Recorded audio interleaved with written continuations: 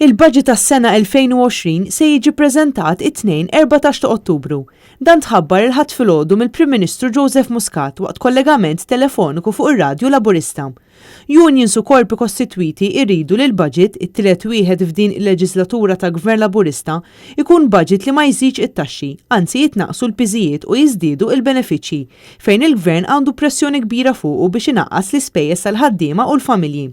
Budget li jeħtieġ iħares lejn l-ambjent u l-kwalità tal-arja u budget li permezz tiegħu suppost li Malta iġġib aktar investiment u l-fiduċja ta' istituzzjonijiet barranin.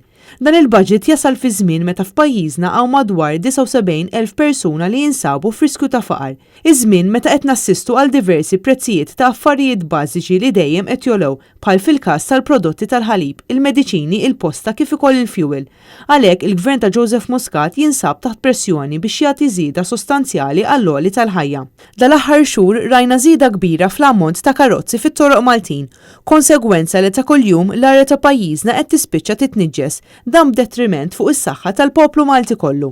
Fil-budget li jmiss għalhekk wieħed jistenna li tinstab soluzzjoni għal dan kollu u mhux ikomplu jitqaxtu iktar siġar mit-toroq Maltin. Fis-settur tas-saħħa, il-poplu Malti jistenna li l-prezzijiet tal-mediċini ma jkomplix jola, kif ukoll li l-Isptar Monte Carmeli jingħata id-dinjità li jistħoqlu u jsir sptar li jixtraq lill-pazjenti tiegħu.